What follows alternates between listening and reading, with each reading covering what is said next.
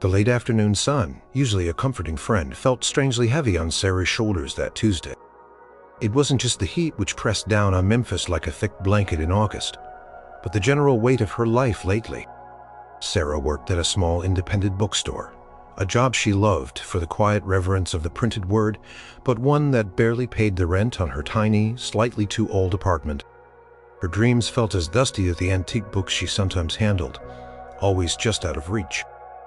She was walking home, as always taking the longer, tree-lined route to avoid the busier main streets. It was here, amidst the rustling leaves of ancient oak trees and the chirping of unseen cicadas, that she often found a moment of peace. Today, however, her peace was interrupted by a faint, whimpering sound. It was high-pitched, almost like a bird, but wrong too, mournful. Sarah paused, her sensible canvas tote bag slipping further down her arm. The sound came from a tangle of overgrown bushes near an abandoned lot, a place usually avoided by dog walkers, due to the broken glass and general neglect. Cautiously, she pushed aside a few thorny branches. There, nestled amongst dried leaves and dust, was a small dog. It was a beautiful creature, no bigger than a loaf of bread, with creamy white fur that looked like cotton candy now matted in places with dirt. Its eyes, wide and brown, held a profound sadness. It looked terrified, shivering despite the heat, a single muddy tear streak tracing a path down its delicate snout. "Oh, you poor thing," Sarah murmured. Kneeling down immediately, she reached out slowly, careful not to startle it. The dog flinched but didn't back away. It seemed too exhausted, too despondent. "Skurlast, little one." She gently scooped the dog up. It was surprisingly light, but she could feel its ribs, definitely. As she held it, the dog trembled violently, then, to her surprise, snuggled into her chest, burying its tiny head against her collarbone. A soft, almost imperceptible sigh escaped it. Sarah stroked its incredibly soft fur, noting its breed. A Maltese, she thought, or perhaps a mix, but predominantly Maltese. Its fur was long and silky beneath her fingers, even with the dirt. And then she noticed the collar. It wasn't a cheap nylon collar.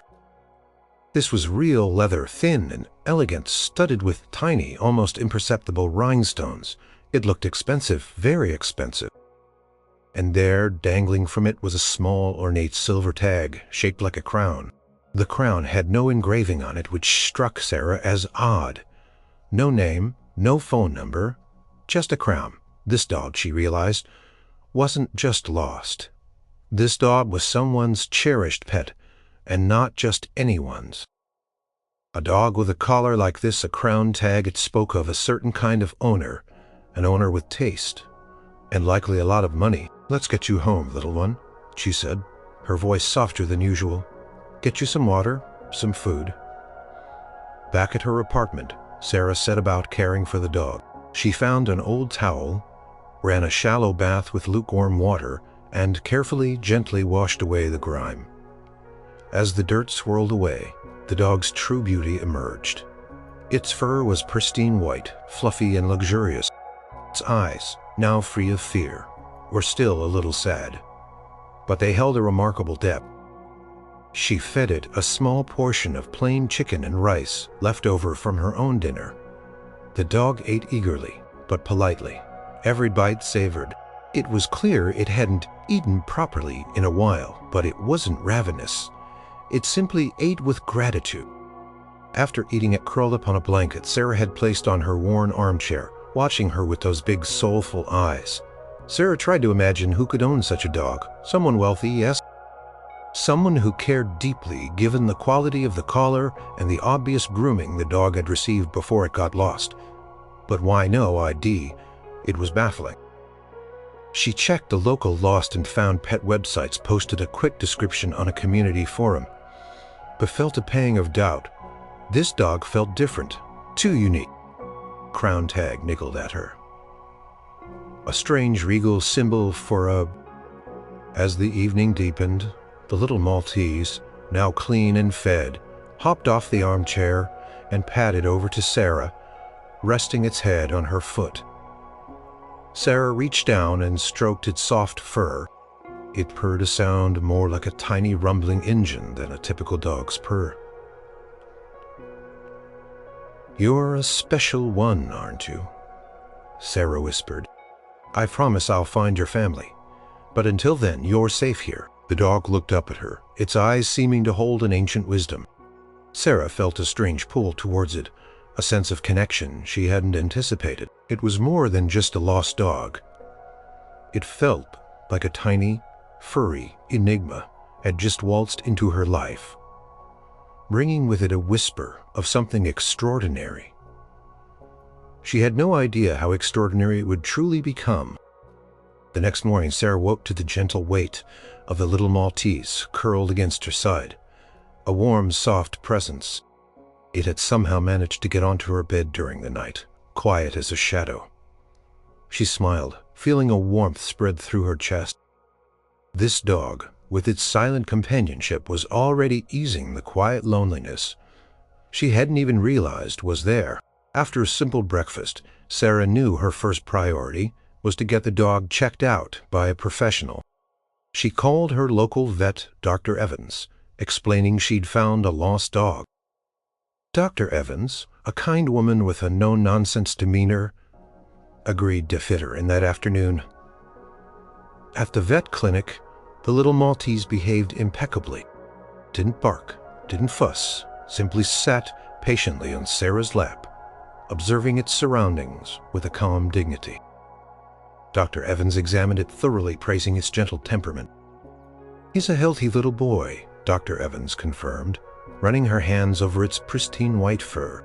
"A bit underweight, but nothing serious. Beautiful coat, excellent teeth for his age. I'd say he's probably around 6 or 7, though it's hard to be precise without knowing his history." Sarah nodded, watching the dog's relaxed posture. "Any microchip?" she asked hopefully. Dr. Evans scanned the dog's neck and shoulders with the chip reader. The device remained silent. "No chip," she said, shaking her head. "That's unusual for a dog of this quality. Someone clearly spent a lot of money on him." She then noticed the collar. And this collar, very distinctive. That crown tag, without any engraving, is quite peculiar. Sarah sighed. "I know I was hoping for some kind of lead." "Well, keep an eye on online lost pet forums, local shelters," Dr. Evans advised. "Someone is definitely missing this little guy. He's too special not to be." Back home, Sarah found herself strangely reluctant to put the dog out there for just anyone to claim. She felt protective of him, and a lingering intuition told her this wasn't an ordinary lost dog case. The crown tag still bugged her. A crown, royalty power, a king. "What should I call you, little one, until we find your real name?" she mused, scratching behind his ears. The dog leaned into her touch, giving a soft, rumbling purr. "Peanut, because you're so small and sweet." The name seemed to fit, and he seemed to accept it with a contented sigh. That evening, as Sarah ate her lonely dinner, she decided to do some deeper digging about the crown tag. She typed "dog collar crown tag" into her search engine, half expecting to find nothing, or at best a common design. The first few results were generic pet accessories. Then, a peculiar article caught her eye. It wasn't about a collar, but about a celebrity's love for their dogs, and specifically mentioned a dog with a unique regal accessory. Her heart gave a sudden lurch. The article was old, from the late 1960s.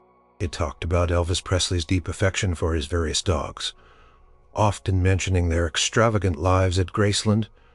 One particular passage made her gasp aloud.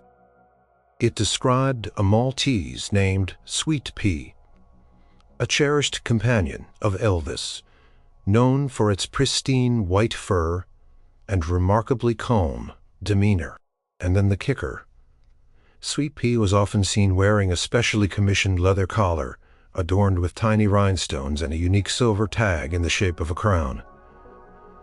A playful nod to his owner's king status. Sarah's breath hitched. A Maltese. White fur, calm demeanor. Pull me no Kiftensons. She looked at Peanut, who was now curled up at her feet, gazing at her with those intelligent dark eyes. Could this unassuming little dog found in an overgrown lot actually be the Sweet Pea, Elvis Presley's lost dog? It seemed impossible. Elvis had died in 1977. That would make the dog incredibly old if it even were Sweet Pea. But the article mentioned that Elvis had several Maltese dogs over the years. What if this was one of the others? Or what if Sweet Pea had been lost and perhaps cared for by someone who didn't know its true provenance, and then lost again? Dogs could live long lives, especially well cared for. Small breeds. 18, even 20 years wasn't unheard of.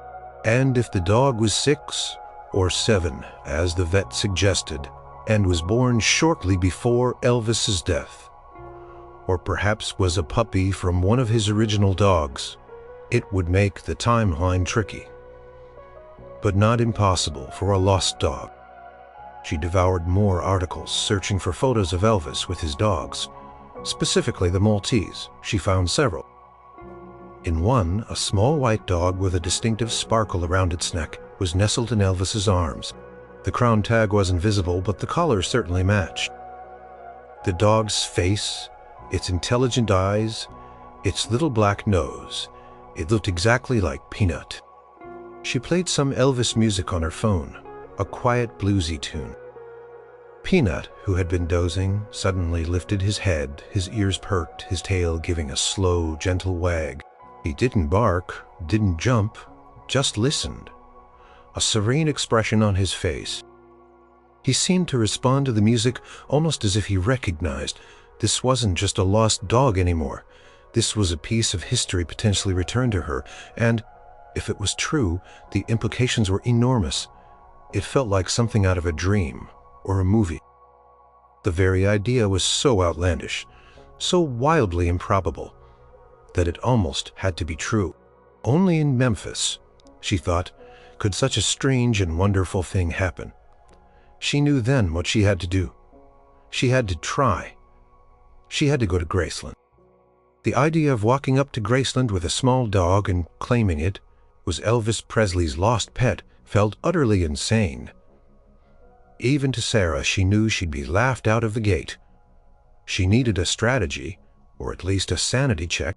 Her first call was to her best friend Liam, who worked at a local music store and was a walking encyclopedia of Memphis history, particularly anything related to Elvis. Liam, Sarah began, trying to keep her voice even. I found a dog. Oh, that's sweet Liam, replied his voice tinny over the phone. What kind? A Maltese, white, fluffy and lion. It has a collar with tiny rhinestones and a silver tag shaped like a crown. There was a pause on the other end, then a slow, deliberate, no way. Yes, way, Sarah insisted, her voice gaining speed now, and I looked it up. There are old articles, pictures even.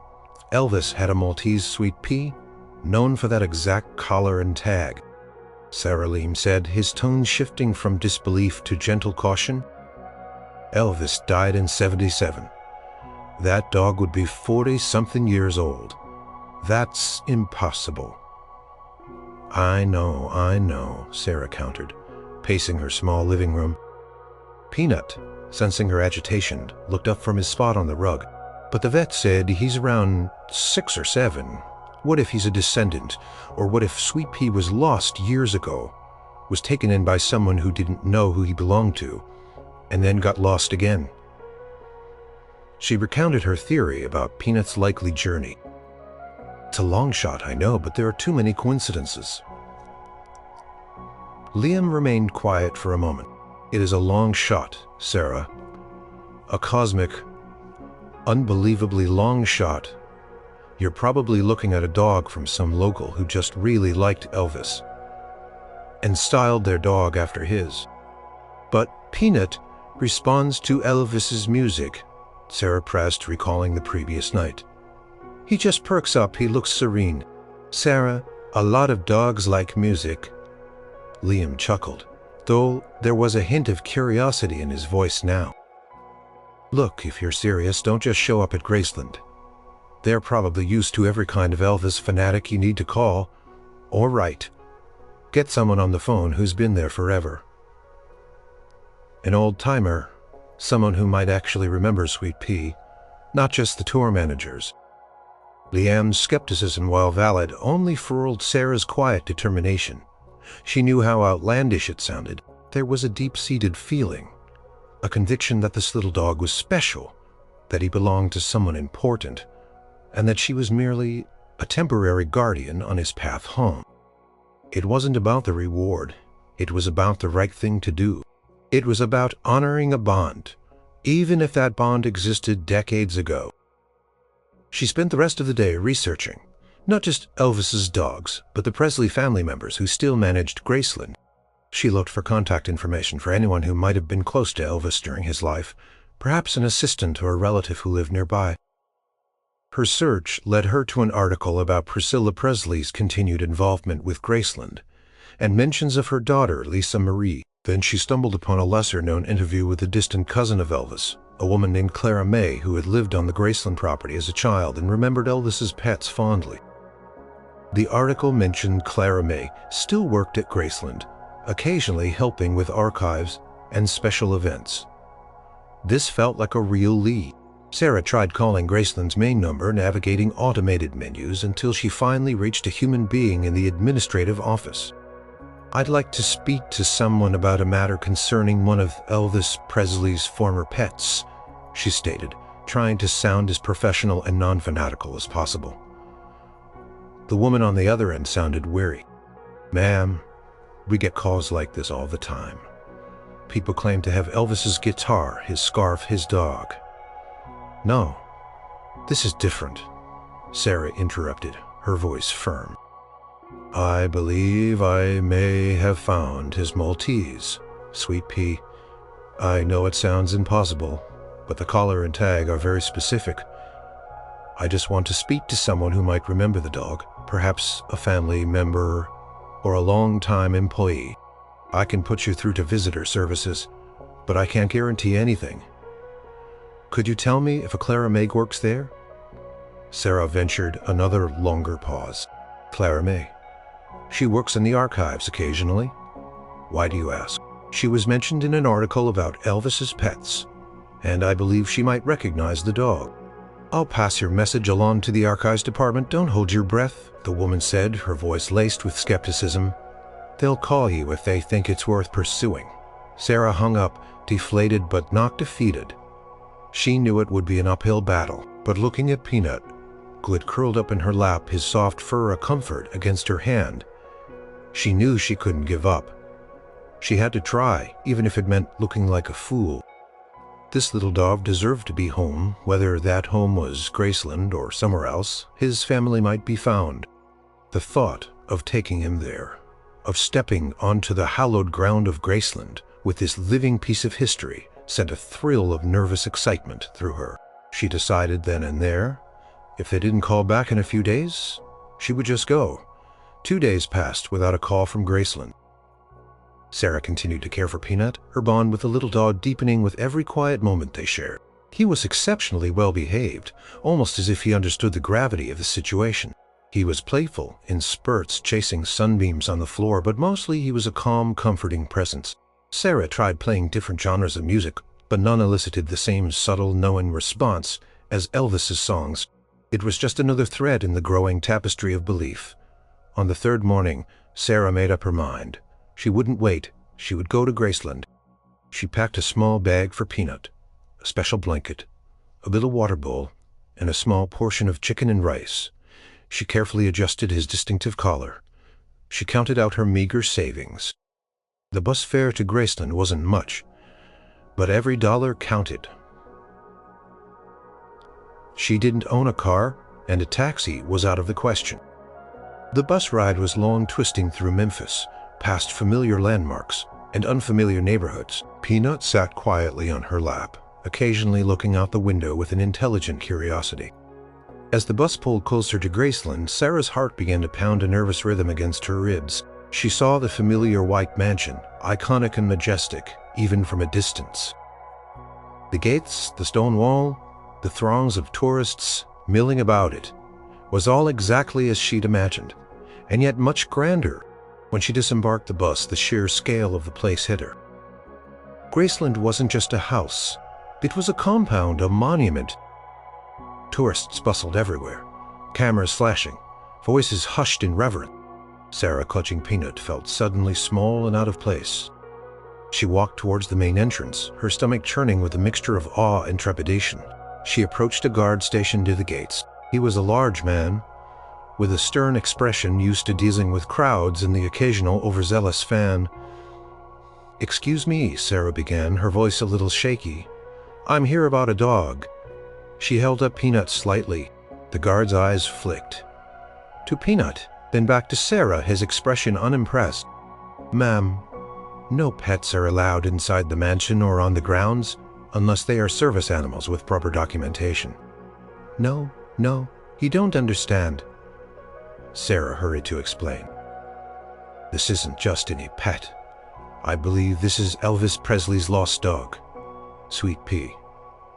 A flicker of something, amusement, exasperation, crossed the guard's face. "Ma'am, Elvis has been gone for decades. His dogs, they're long gone too. We get people here every day with wild claims. You'll have to leave. Please, just look at his collar," Sarah pleaded, her voice rising slightly. "It's a rhinestone collar with a crown tag. It matches descriptions of Sweet Pea's collar." The guard sighed, clearly wanting to move on. "Look, I can't let you in. If you want to make a claim, you need to contact the official Graceland Archive Department, by mail or email. Not just show up. I tried calling," Sarah insisted, desperation creeping into her voice. "They said they'd pass on my message, but no one called back. I truly believe this is him, or a direct descendant. He even reacts to Elvis's music." Peanut, sensing the tension, gave a soft whimper. He looked up at Sarah with an expression that seemed to say, "Please, just let them see me." Just then, an older woman in a neat Graceland staff uniform, with silver hair pulled back in a bun, walked past. She paused, catching a glimpse of Peanut. Her eyes widened, almost imperceptibly, resting on the distinct collar. She hesitated, then approached. "Is there a problem here, Officer Thompson?" she asked, her voice calm and gentle, yet carrying an air of authority. The guard immediately straightened. "Just a woman, Clara May, claiming this dog is Elvis's Sweet Pea. You know how it is, Clara May." Sarah's heart leaped. This was the person she had hoped to find. Clara May's gaze was fixed on Peanut. She took a step closer, her eyes scanning the little dog, lingering on the rhinestone collar and the silver crown tag. A wistful, almost melancholic expression settled on her face. She reached out a hesitant hand, and Peanut, uncharacteristically, didn't flinch. He leaned into her touch, giving a soft, familiar rumble. "His fur is so soft," Clara May murmured, her voice barely a whisper. Just like I remember." She looked at Sarah, her gaze piercing but kind. "And that collar, I haven't seen one like it in decades. That was custom made for Sweet Pea by Elvis himself." Sarah felt a surge of hope, a fragile, trembling thing. "I found him in an old lot. He was lost, and I found articles about Sweet Pea matching his description and the collar. And he feels like he's supposed to be here." Clara May closed her eyes for a moment, a deep sigh escaping her lips. When she opened them, they were glistening. "Come with me, young lady," she said, her voice firm, "and bring the little fella. We'll see about this." The guard, now clearly surprised by Clara May's reaction, stepped aside. Sarah followed Clara May, her heart soaring with a mix of relief and renewed nerves. Journey to Graceland had been long and uncertain, but it felt like finally she was on the right path. Clara May led Sarah and Peanut not into the public areas of Graceland, but through a discreet side door, down a quiet hallway lined with old photographs of Elvis. The air here was cooler, hushed, filled with the scent of old paper and furniture polish. It felt like stepping back in time into the private world of a legend. "My name is Clara May," the woman said, turning to Sarah with a soft smile. "I'm a distant cousin of Elvis. I grew up partly here at Graceland, and I used to help out with his animals. He adored his dogs, especially his little Maltese. Sweet Pea, I'm Sarah. It's an honor to meet you," Sarah replied, feeling a bit overwhelmed. "And this is Peanut for now." Clara May nodded, her eyes constantly returning to Peanut, who was now calmly observing their surroundings, his tail giving a slow, almost imperceptible wag. "I haven't seen that collar design in 50 years, she mused. It was very specific. Elvis had a few Maltese over the years, but Sweet Pea was special. He was given to Elvis by his girlfriend, Linda Thompson, back in the early 70s. They arrived at a large sunlit room filled with bookshelves, a comfortable armchair and a record player. It looked like a private study or a quiet sitting room. "Elvis spent a lot of time in here with his pets," Clara May explained, her voice tinged with nostalgia. "He'd read, listen to music, and Sweet Pea would often be curled up at his feet, or sometimes even in his lap." She turned to Sarah. "Look, Sarah, I've been here a long time. People come here with all sorts of stories, all sorts of things they claim belong to Elvis. Most of them are well-meaning but mistaken. Or worse, but this little dog, that collar, it's a remarkable resemblance." She knelt down, offering a hand to Peanut. "Hello, Sweet Pea. Is that you?" Peanut's ears perked at the name, and he nudged his head into her palm. Clara May looked up at Sarah, a flicker of raw emotion in her eyes. He always responded to that name, and to PP as well. She stood and walked over to the record player. Elvis loved to play music for his dogs. He believed they understood, that they felt the rhythm. She selected an old Paimon record from a stack, carefully placed it on the turntable, and lowered the needle. The rich, warm sound of Elvis Presley's voice filled the room. It was "Can't Help Falling in Love," one of his most iconic and tender ballads. As the familiar melody washed over the room, something incredible happened. Peanut, who had been sitting calmly by Sarah's feet, suddenly seemed to come alive. His little tail began to wag faster, a joyful thump, thump, thump against the floor. He lifted his head, his dark eyes fixed on the record player, then on Clara May, then back on Sarah. He didn't bark, didn't jump excitedly. Instead, he simply looked can finally come home. He slowly walked towards the record player, his steps deliberate, his nose sniffing the air as if trying to catch a scent. He then lay down directly in front of the speakers, his head resting on his paws, his tail still wagging gently. It was as if he was soaking in the music, completely engrossed. Clara May watched, her hand covering her mouth, tears welling in her eyes. "Oh, my word," she whispered, her voice thick with emotion. "He always did that, especially with the slower songs. He just listened." She walked over to an old wooden cabinet and carefully pulled out a small worn leather ball, a little faded and scuffed. "This was Sweet Pea's favorite toy," she said, her voice trembling. "Elvis used to play fetch with him for hours with this." She tossed the ball gently towards Peanut. The dog's ears twitched. He lifted his head, looked at the ball, then at Clara May.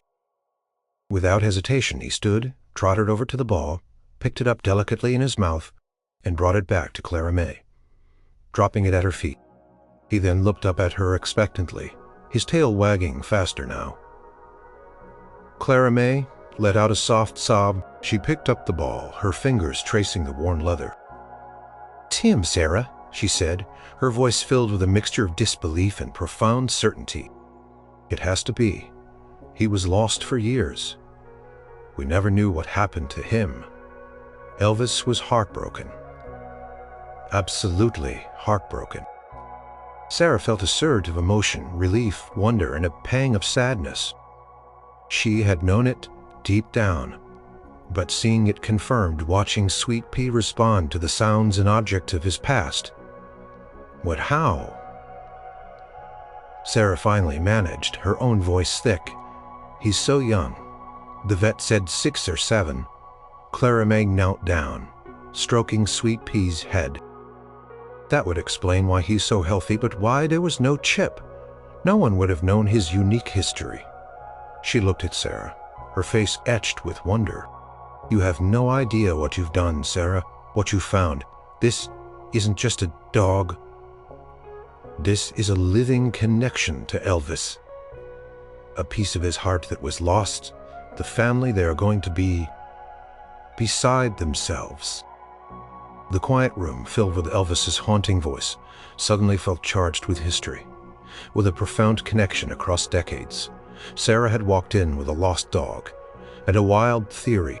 She was now leaving with a verified legend, and her own life was about to change in ways she couldn't possibly imagine. Clara May, her eyes still glistening with unshed tears, led Sarah and Sweet Pea, no longer just Peanut, out of the quiet study. The hushed reverence of the private halls was a stark contrast to the buzzing public areas of Graceland. Sarah felt like she was walking in a dream, an unreal blend of past and present. We need to tell the family, Clara May said, her voice filled with urgency. Lisa Marie needs to know. She was just a little girl when Sweet Pea was lost, but she remembers him. He was like a constant presence in the house. She explained that after Elvis's passing, there had been a period of confusion and transition at Graceland. Sweet Pea, a sensitive dog, had reportedly wandered off one day during the tumult, and despite extensive searches, he was never found. It had been a source of deep sorrow for the family. A final, painful loss after Elvis's death. The belief was that he had either perished or been taken in by someone who never knew his identity. Clara May's theory that Sweet Pea had found another loving home, only to become lost again later in life, seemed the most plausible explanation for his good health and apparent age. Clara May made a series of quick phone calls, speaking in hushed, excited tones. Sarah could only catch snippets. You won't believe it, he's here, the collar, the toy. It's truly him. Soon, they were ushered into another private area, a comfortable living room with elegant, timeless furniture. A woman entered, her face etched with a mixture of hope and skepticism. She was in her late 50s, with kind eyes that held a hint of her famous father's intensity. This was Lisa Marie Presley. Clara May, what is this all about? Lisa Marie asked, her voice a mix of curiosity and weary expectation. You sounded so unlike yourself. Clara May didn't answer immediately. Instead, she gently urged Sweet Pea forward. Lisa Marie, she said, her voice soft but firm, I want you to meet someone. He's been on quite a journey. Lisa Marie's gaze fell upon Sweet Pea. Her eyes widened, scanning the dog. Then the distinctive collar. A tremor ran through her. She took a hesitant step, closer, then another. Sweet Pea, sensing something, lifted his head and looked at her. He didn't rush, didn't bark. He just watched her, his tail giving a few slow, tentative wags. Sweet Pea, Lisa Marie whispered, her voice barely audible. It was less a question, more a disbelieving gasp. She knelt down slowly, as if approaching a fragile dream. Her hand reached out, trembling. Sweet Pea, with a surprising burst of energy, walked directly to her, nudged his head into her hand, and then began to lick her fingers gently. He then pushed his head into her chest, burying his face in her side, letting out that soft, familiar purr rumble that Sarah had come to know. Lisa Marie's breath hitched, tears welled in her eyes, silent and profound.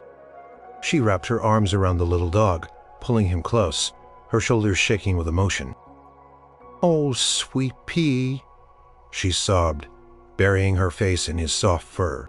My God, it's really you after all these years? I can't believe it. Clara May watched tears streaming down her own face, a look of profound relief and joy washing over her. Sarah stood back, a silent witness to the incredibly emotional reunion. She felt a bittersweet pang. The little dog she had found and bonded with was now truly home.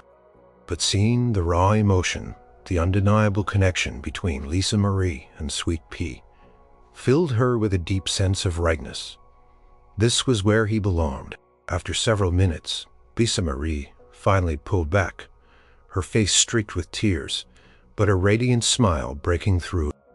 She held Sweet Pea close, looking at him as if he were the most precious jewel. "How?" she asked, looking up at Clara May, then at Sarah, her voice still trembling. "How is this possible?" Clara May quickly recounted Sarah's story. The discovery of the dog, the distinctive collar, Sarah's research, the vet visit, the unchipped dog, and finally the tests with Elvis's music. And Sweet Pea's favorite toy. Lisa Marie listened intently, her eyes fixed on Sarah with a growing sense of wonder and gratitude. "You," she said, addressing Sarah directly, her voice full of awe, "you found him? You brought him back to us.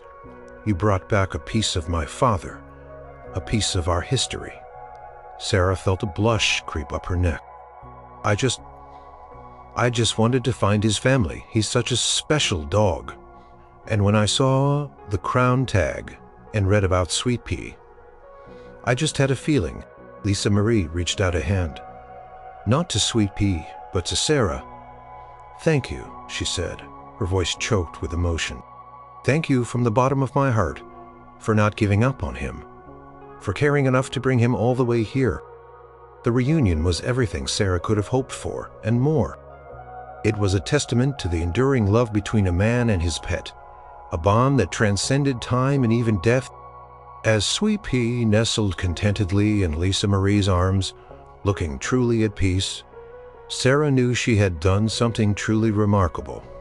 She had returned a lost king to his kingdom, and little did she know that act of kindness was about to bring her a kingdom of her own. The emotional intensity of the reunion gradually gave way to a wave of profound gratitude from Lisa, Marie, Presley, and Clara May. Sweet Pea, now truly home, was lavished with affection, his tail a constant blur of happiness. He seemed to recognize familiar scents, rooms, and even the nuances of people's voices. It was an incredible sight to behold. "We can't thank you enough, Sarah," Lisa Marie said, taking Sarah's hand, her gaze sincere. "What you've done, it's immeasurable. My father loved that dog so much. His loss was a real sorrow for him." She paused, a thoughtful expression on her face. "You understand what this means to us? It's like a piece of our family history, a living memory, has been returned." Sarah smiled, feeling a quiet satisfaction. "I'm just glad he's home. He's truly a wonderful dog." "He is," Clara May agreed, stroking Sweet Pea, who was now curled up contentedly on Lisa Marie's lap. "And you found him and brought him all this way, purely out of kindness." "It was the right thing to do," Sarah said simply, genuinely. The thought of any reward had been secondary, almost non-existent. She was content with the knowledge that she had reunited a beloved pet with his family. Lisa Marie, however, had a different idea. She looked at Sarah, her eyes sparkling with determination. "Sarah, my father was known for his incredible generosity. He often gave away cars, houses, even airplanes to people he felt were special." She took a deep breath, and her next words hung in the air, electric and unbelievable. "We want to honor his spirit and your incredible kindness. We want to give you a brand new house." Sarah's smile faltered, her jaw dropping open slightly. She blinked, convinced she hadn't heard correctly. A house," she stammered, a bewildered laugh escaping her lips. "Oh, no, you don't have to do that. Really, it's too much. I just wanted to help Sweet Pea." "It's not too much, Lisa," Marie insisted, her gaze unwavering. "It's a fraction of the joy you've brought us today, Sweet Pea. He's priceless. This is a gift, Sarah, a genuine thank you from our family. We want you to have a secure, beautiful place to live, a home that you truly love, as a token of our eternal gratitude." Elvis would have insisted, Sarah. He truly would have. He believed in repaying kindness 100-fold. Sarah felt her head spin. A house. A brand new house. Her mind, which usually worked in practical small-scale terms, rent bills, bus fare, couldn't even begin to comprehend the magnitude of the offer.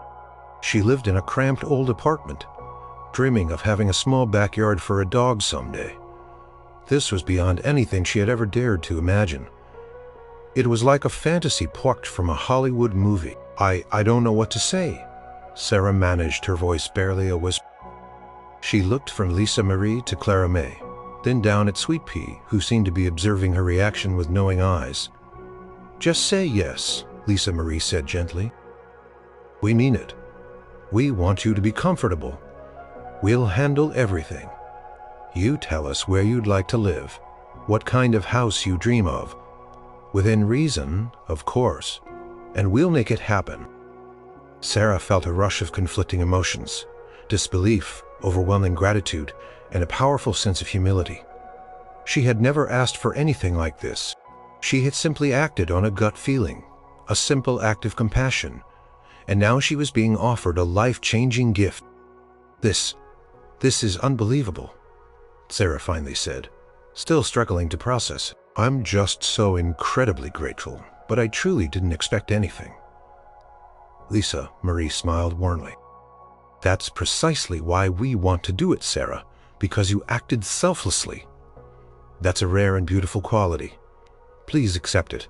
It would mean a lot to us to know that Sweet Pea brought you something wonderful too. The genuine warmth and sincerity in Lisa Marie's voice slowly chipped away at Sarah's resistance.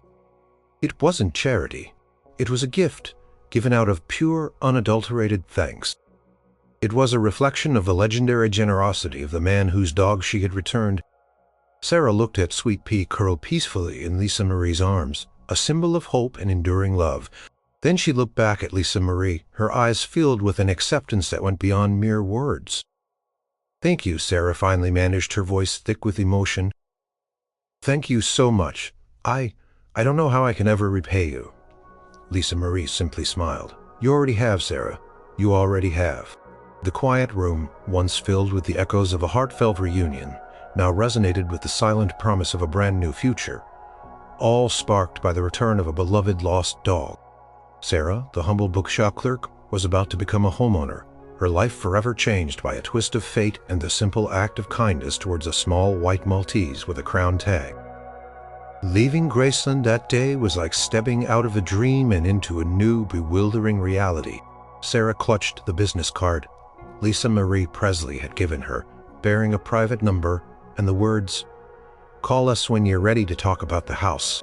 Sweet Pea was safely home, nestled in the lap of his restored family, and Sarah was left with a dizzying promise.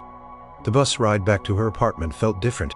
The city lights of Memphis, once just a familiar backdrop, now seemed to sparkle with a newfound potential. Her tiny apartment, once a sanctuary, now felt impossibly small. A temporary stop before the grand unknown adventure ahead. She called Liam first, her voice a mixture of awe and disbelief. "Liam, you are not going to believe what happened. Did they laugh you out of Graceland?" he teased, but then heard the tone in her voice. "Sarah, what is it?" It was him, Liam. It was Sweet Pea, Elvis's dog. She blurted out.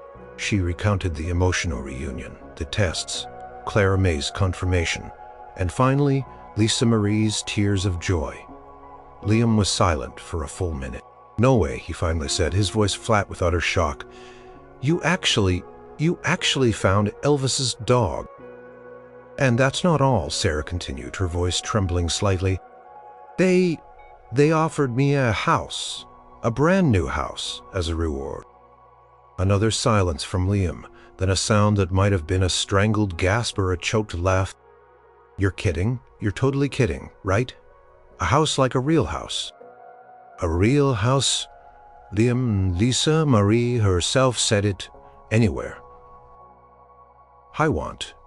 Within reason, paid for. No strings attached. As a thank you." Liam's next words were a string of amazed expletives, followed by, "Sarah, Your life just turned into a movie. You found Elvis's dog and got a house. This is insane. Sarah spent the next few days in a daze. She went to work at the bookstore, but her mind was miles away, grappling with the incredible offer. Could it truly be real? A brand new house? She, who had always struggled to make ends meet, who lived paycheck to paycheck, was suddenly being offered the kind of financial security that people only dreamed of.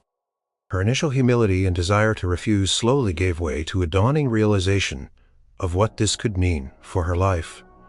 No more worrying about rent. No more living in a space too small for her dreams. She could finally have stability, a place to call her own, a home with a real yard where a dog could run. The thought of a yard specifically brought a warm feeling to her chest. It wasn't about luxury, but about comfort and freedom. She finally called the number on the business card. Lisa Marie herself answered, her voice warm. I'd be honored to accept your incredibly generous offer. Thank you, truly. Wonderful, Lisa Marie exclaimed, sounding genuinely pleased. We'll have our representatives contact you. They'll help you through the process. Think about what you'd like. Do you want to stay in Memphis? Do you have a neighborhood in mind? What kind of house are you looking for? Sarah, still overwhelmed, stammered a few vague answers, promising to think more concretely.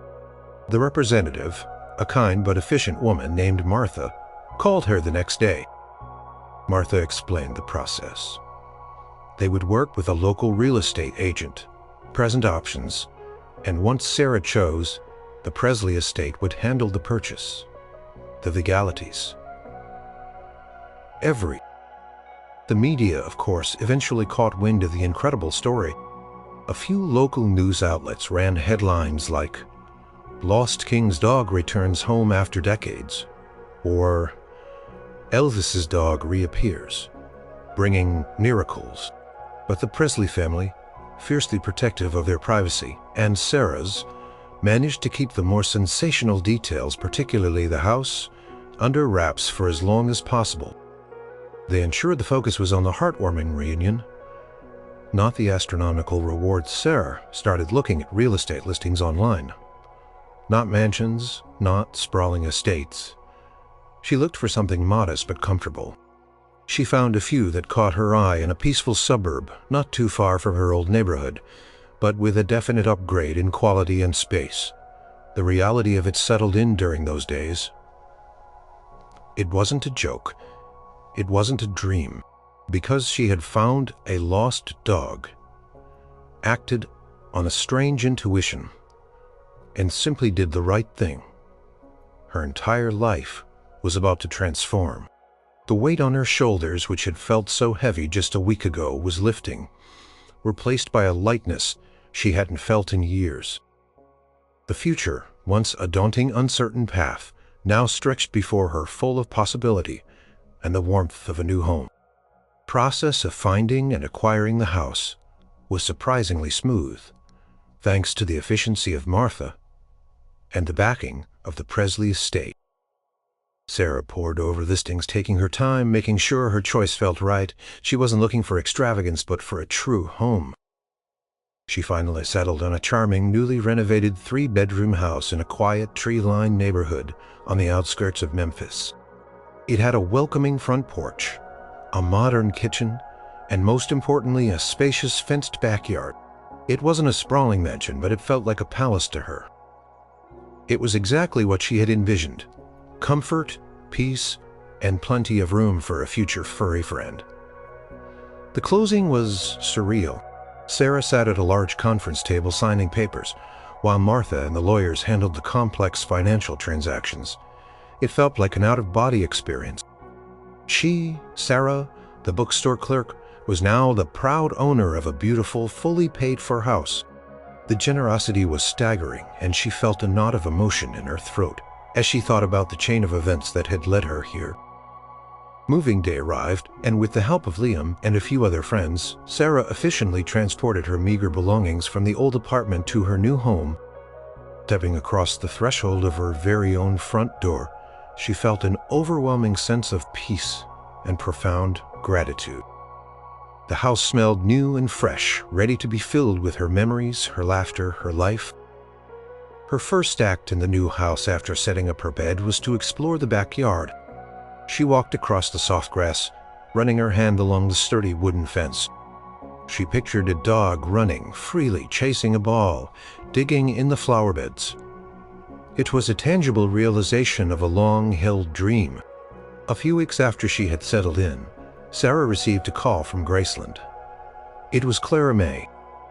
"Lisa Marie wants to know if she and Sweet Pea could visit you, if you're settled enough." Sarah's heart warmed. "Of course, I'd love that." A few days later, a discreet black car pulled up to Sarah's modest new house. Lisa Marie Presley emerged, a warm smile on her face and in her arms a familiar bundle of fluffy white fur. "Sweet Pea, Sarah?" Lisa Marie exclaimed, embracing her warmly.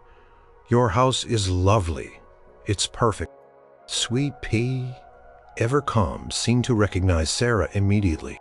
He gave a soft whimper of acknowledgement and began to thump his tail gently against Lisa Marie's arm. "Hello, Sweet Pea," Sarah cooed, gently taking him from Lisa. "Marie?" He snuggled into her arms, just as he had on that first day, burying his head against her shoulder. "You're looking wonderful." Indeed, Sweet Pea looked healthier, his fur even more pristine, his eyes brighter. Carried himself with a quiet dignity, but also a newfound lightness, clearly thriving in his rediscovered home. Lisa Marie and Clara May stayed for an hour, chatting with Sarah, admiring her new home. They spoke of Sweet Pea's happy return to Graceland, how he seemed to remember every nook and cranny, how he would often curl up on Elvis's old armchair in the study, just as Clara May had described. "He sleeps in my room every night now," Lisa Marie confided, a soft smile on her face. "It's like having a piece of my dad back, a silent, furry guardian." Sarah felt tears prick her eyes.